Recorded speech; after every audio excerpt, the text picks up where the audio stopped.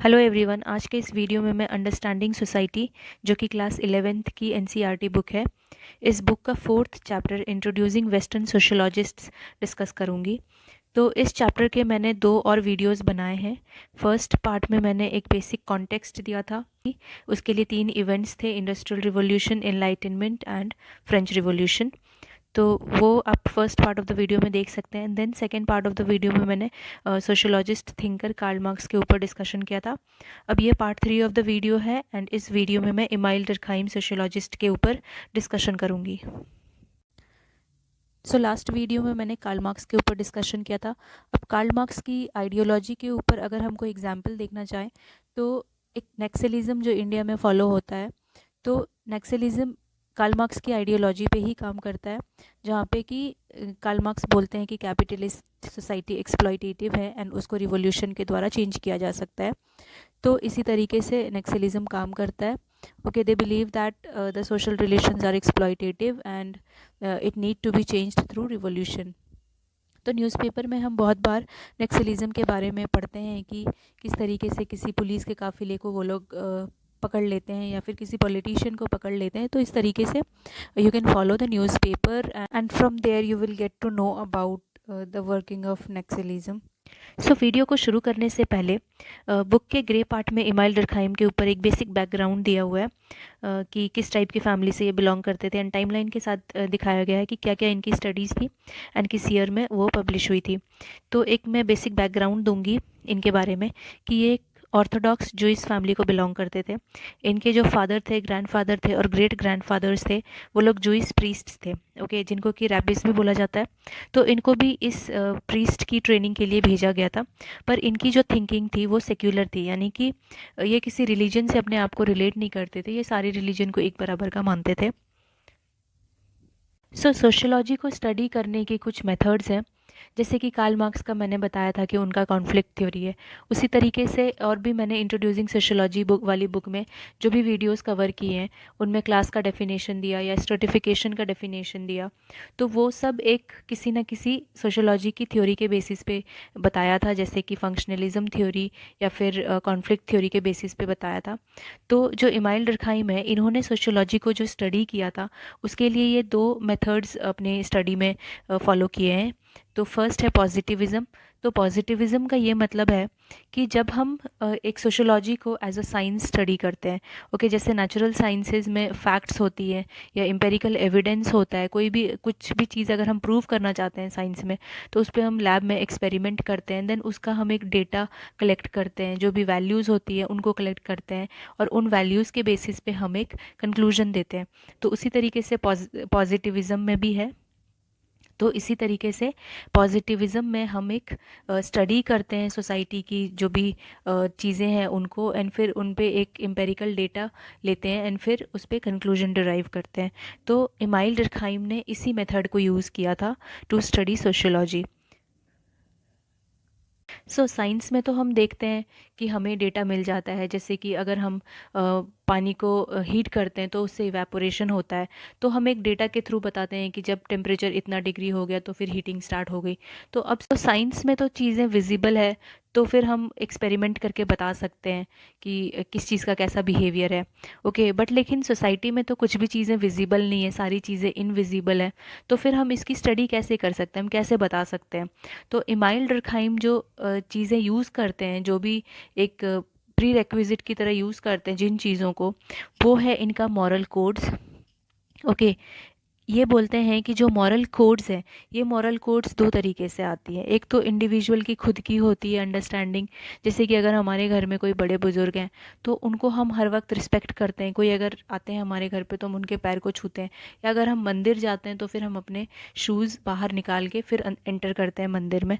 तो इस तरीके से ये कुछ मॉरल कोड्स हैं जो इंडिविजुअल्स के अंदर होते हैं, जो इंडिविजुअल्स खुद फॉलो करते हैं। एंड कुछ चीज़ें ऐसी होती है जो कि लॉज में या फिर किसी रूल बुक में लिखा हुआ है। अब जैसे कि ट्रैफिक रूल्स को फॉलो करना है तो ये लॉ है। तो इस तरीके से 2 तरीके से चीज़ें हैं जिनको हम फॉलो करते हैं। एक तो मॉरल, जो इंडिविजुअल की खुद की वैल्यूज़ हैं, एंड दूसरा है लॉज एंड रूल्स। ओके, तो जिससे कि हम रिस्ट्रिक्टेड है, जिनको कि हम कभी तोड़ नहीं सकते।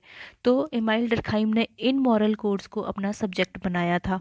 ओके, जैसे साइंस में एक पानी का बिहेवियर होता है टेम्परेचर देने के बाद, उसके बाद हम एक कंक्लूजन लाते हैं कि इस टेम्परेचर पे पानी इवेपोरेट हो जाता है। उसी तरीके से इमाइल डर्कहाइम ने सोसाइटी में जो मॉरल कोड्स हैं जो हम फॉलो कर रहे हैं उनको अपना सब्जेक्ट मैटर बताया था। तो ये मॉरल कोड्स को इन्होंने अपना सब्जेक्ट मैटर बनाया था। फिर जो सेकंड पॉइंट है वो ये है कि डर्कहाइम एक बहुत ही रिलीजियस फैमिली को बिलोंग करते थे, क्योंकि उनके जो फादर, ग्रेट ग्रैंडफादर या ग्रैंडफादर थे, ये सब एक प्रीस्ट फैमिली से थे। लेकिन फिर भी इनका जो डर्कहाइम का जो थिंकिंग था वो थोड़ा सेक्युलर था। ओके, एंड इन्होंने एक बुक लिखी है elementary forms of religious life. इन्होंने एक सोसाइटी को सेक्युलर वे में यहाँ पे डिस्क्राइब किया है। फिर जो नेक्स्ट पॉइंट है वो ये है कि जो सोसाइटी है वो डर्कहाइम के अकॉर्डिंग एक सोशल फैक्ट है। जैसे हमारी साइंस में कुछ फैक्ट्स होती हैं और उन फैक्ट्स को हम स्टडी करते हैं, फिर कंक्लूजन लाते हैं, तो इनके लिए यहाँ सोशियोलॉजी में सोसाइटी एक फैक्ट है। सो ये जो स्टेटमेंट है कि society is a social fact which existed over and above the individual, ये इमाइल डर्कहाइम का बहुत ही इंपॉर्टेंट स्टेटमेंट है, क्योंकि ये दर्शाता है कि जो सोसाइटी है वो सिर्फ एक किसी इंडिविजुअल से नहीं बनी है, वो कलेक्टिव कॉन्साइंस से बनी है। यानी कि ग्रुप में जितने भी लोग हैं वो कुछ बिहेवियर को या कुछ वैल्यूज़ को सही मानते हैं, उससे बनी है। तो इसका ये मतलब है कि एज अ इंडिविजुअल अगर मुझे किसी से कुछ बदला लेना है तो I can not go and kill him. Okay, अगर मेरा किसी से दुश्मनी है तो मैं उसको मार नहीं सकती हूँ, बिकॉज जो सोसाइटी है वो मुझे ये करने के लिए परमिट नहीं करती है। ओके, तो इसका यही मतलब है कि जो सोसाइटी है वो ओवर एंड अबव इंडिविजुअल है, वो इंडिविजुअल के हिसाब से नहीं चलेगी, वो जो ग्रुप में सारे लोग चाहते हैं उस हिसाब से चलेगी। ओके, तो इसका ये मतलब है। फिर नेक्स्ट पॉइंट है the ties that bound people in groups were crucial to the existence of society. अभी इमाइल डर्कहाइम ने बोला कि सोसाइटी एक सोशल फैक्ट है। अब नेक्स्ट स्टेटमेंट इनका ये है कि ये जो सोसाइटी है वो कैसे एग्जिस्ट करती है। तो ये सोसाइटी एग्जिस्ट करती है through the ties between the people, यानी कि लोगों के बीच में जो एक बॉन्डिंग होती है उसके थ्रू एग्जिस्ट कर। तो ये बॉन्डिंग को हम कैसे समझ सकते हैं कि जैसे अगर फैमिली में किसी की डेथ होती है तो सब लोग जितने भी रिश्तेदार हैं या जितने भी फ्रेंड्स हैं सब एक साथ गैदर होते हैं एंड फिर कॉन्डोलेंस देते हैं फैमिली को, उनको उस सिचुएशन में संभालते हैं। ओके, तो इस तरीके से सारे लोग एक दूसरे में बॉन्डेड हैं, टाइज़ है उनके बीच में, और इन टाइज़ की वजह से सोसाइटी एग्जिस्ट करती है। या अगर फैमिली में कोई मैरिज भी होता है तो तब भी सब लोग गैदर होते हैं उस मैरिज सेरेमनी को परफॉर्म करते हैं। तो ये शो करता है कि जो सोसाइटी है वो इन टाइज़ के थ्रू एग्जिस्ट करती है। ओके, तो ये सारे जो एलिमेंट्स हैं ये डर्कहाइम ने अपनी स्टडी में यूज़ किया था, तो ये बताने के लिए कि किस तरीके से सोसाइटी बनी हुई है। ओके, तो ये भी एक बहुत ही इंपॉर्टेंट कॉन्सेप्ट है इनका। एंड उसके बाद फिर ये कहते हैं कि ये जो टाइज़ है या इन टाइज़ को या बॉन्डिंग को हम सॉलिडारिटी भी बोलते हैं। ओके, तो ये टाइज़ या फिर सोशल सॉलिडारिटीज़ जो हैं लोगों के ऊपर एक प्रेशर बनाती है to conform to the norms and expectations of the group.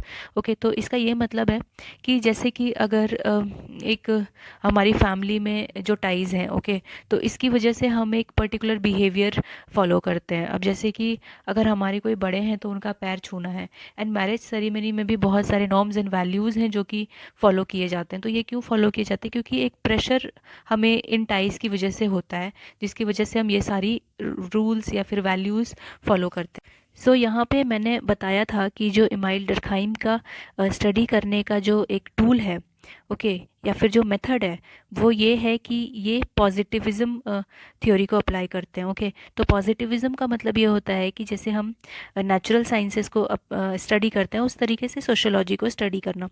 तो यहाँ पे सबसे पहली चीज़ जो इनके कॉन्सेप्ट में आता है to study sociology as science, वो मैंने बोला था कि एक सोशल फैक्ट, ठीक है, वो एक सोशल फैक्ट मानते हैं, तो सोसाइटी को ये सोशल फैक्ट मानते हैं।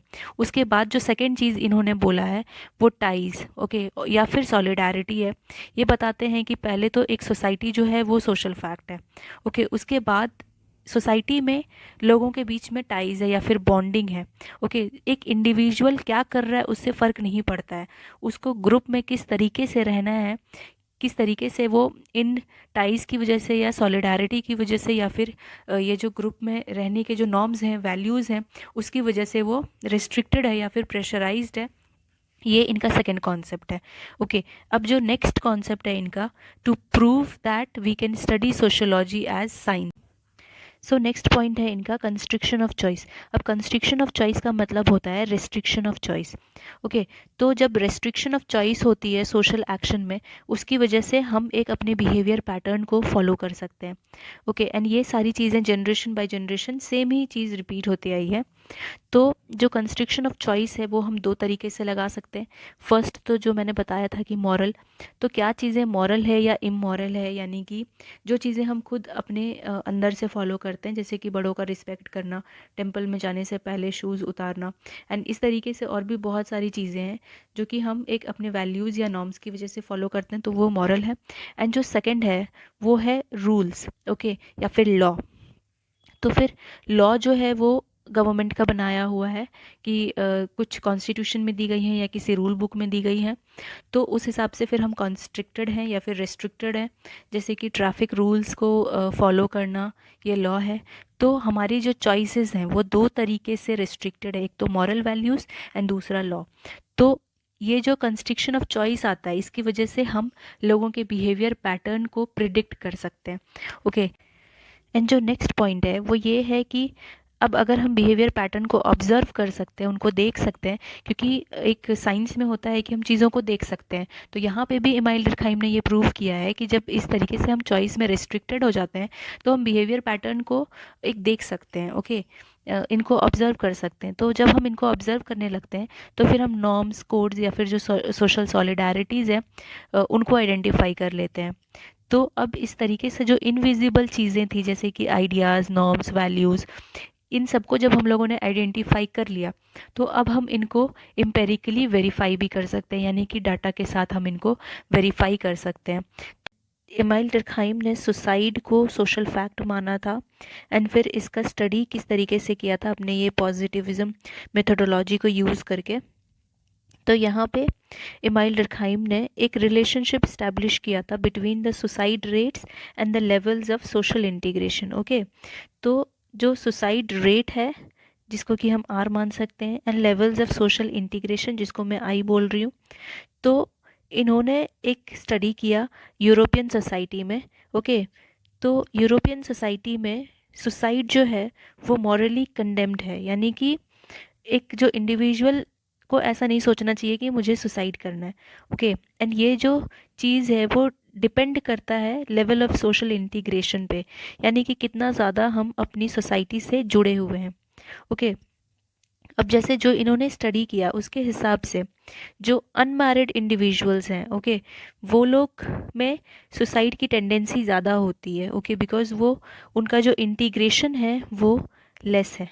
ओके, तो यहाँ पे अनमैरिड अगर एक पॉपुलेशन है तो इसमें जो रेट है वो हाई है, और इंटीग्रेशन क्योंकि इसमें लेस है या लो है। ओके, वही मैरिड जो लोग हैं उनमें जो रेट है वो लेस है। क्यों? क्योंकि इनका इंटीग्रेशन सोसाइटी के साथ ज़्यादा है, यानी कि वो फैमिली में इनके बहुत सारी रिस्पॉन्सिबिलिटीज़ होती हैं जिनकी वजह से कि इनके अंदर सुसाइडल टेंडेंसी कम होती है। ओके, तो इस तरीके से इन्होंने एक सुसाइड को as a social fact study किया और इनको एम्पेरिकली वेरीफाई किया। ये डाटा इन्होंने गैदर किया था पुलिस स्टेशन से। ओके, कि क्या क्या रीज़न है फॉर सुसाइड, एंड देन इन्होंने और भी, मतलब ये जो स्टडी है इनका वो बहुत कॉम्प्लेक्स है, एंड और सोसाइटी में बस कुछ ही लोग लिव इन रिलेशनशिप में रह रहे हैं। ओके, तो वो एक इंडिविजुअल कैरेक्टरिस्टिक है, उसको हम सोशल फैक्ट नहीं मान सकते हैं। और वही अगर सोसाइटी में बहुत सारे लोग लिव इन रिलेशनशिप में रह रहे हैं तो वो एक सोशल फैक्ट है, और फिर उस सोशल फैक्ट को हम स्टडी करेंगे, क्योंकि इस सोशल फैक्ट में कुछ टाइज हैं या फिर सोशल सॉलिडारिटीज़ हैं जो कि इंडिविजुअल के ऊपर प्रेशर दे रही है। ओके, तो इस प्रेशर की वजह से ये लोग norms and expectations of the group को फॉलो करते हैं एंड यहाँ पे इनके जो चॉइसेस हैं वो रिस्ट्रिक्टेड होते हैं। अब जब हम लोगों ने ये बिहेवियर पैटर्न को ऑब्जर्व कर लिया तो जो इसके पीछे इनविजिबल थिंग्स हैं जैसे कि आइडियाज़, नॉर्म्स, वैल्यूज़, ये सारी चीज़ें हैं, इनको हम कलेक्ट करेंगे और फिर हम इनको एम्पेरिकली वेरीफाई करेंगे। ओके, अब इनको वेरीफाई करने के बाद फिर हम एक साइंटिफिक वे में इसका स्टडी कर सकते हैं। सो आई होप कि आपको ये समझ आया होगा कि इमाइल डर्कहाइम जो है वो सोशोलॉजी को एक साइंटिफिक डिसिप्लिन की तरह स्टडी करना चाहते थे और उसके लिए इन्होंने एक हमें स्टेप वाइज बताया कि किस तरीके से हम एक सोशल फैक्ट आइडेंटिफाई कर सकते हैं सोसाइटी में। सो सोसाइटी की साइंटिफिक अंडरस्टैंडिंग के लिए मॉरल फैक्ट्स को पहचानना ज़रूरी है। ओके, तो यहाँ पे इमाइल डर्कहाइम बोलते हैं कि moral facts are like phenomena like others. Okay, तो जिस तरीके से साइंस में होता है कि boiling of water is a phenomena, उसी तरह मॉरल फैक्ट्स यानी कि हाउ वी बिहेव और what norms and values we follow, जैसे कि बड़ों का पैर छूना या फिर टेंपल में बिना चप्पल के एंट्री नहीं करना, तो ये सब एक मॉरल फैक्ट्स हैं which is like phenomena and इसकी वजह से फिर हम एक सोसाइटी को स्टडी कर सकते हैं इन साइंटिफिक वे। तो यहाँ पे रूल्स ऑफ एक्शन होते हैं। ओके, ये सब में रूल्स होती हैं एंड ये जो एक्शन है ये सब लोग इसको अप्रूव करते हैं। ओके, सोसाइटी में सब लोग इन एक्शंस को एक्सेप्ट करते हैं, तो इसीलिए it is possible to observe them. Okay, उनको हम डिस्क्राइब भी कर सकते हैं, क्लासीफाई भी कर सकते हैं और उनसे हम जो सर्टन लॉज होती हैं उनको भी डिड्यूस कर सकते हैं। तो इस तरीके से यहाँ पे डर्कहाइम बोलते हैं कि जो प्रिवेलिंग सोशल कंडीशंस हैं उनसे हम मॉरल कोड्स को डिड्यूस कर सकते हैं, जिसकी वजह से कि sociology is akin to natural sciences, यानी कि जिस तरीके से नेचुरल साइंसेज में हम स्टडी करते हैं उसी तरीके से हम सोशोलॉजी को भी स्टडी कर सकते हैं and in this way we can identify sociology as a scientific discipline. Okay, so इस वीडियो में इतना ही। इसमें और भी बहुत सारे टॉपिक्स हैं एंड एक वीडियो में इतने सारे टॉपिक्स को समझाना पॉसिबल नहीं है because you need to understand each and everything very clearly. Okay, so I will make a separate video on the other topics. So अगर आपने मेरे चैनल को सब्सक्राइब नहीं किया है तो प्लीज़ चैनल को सब्सक्राइब कर लें।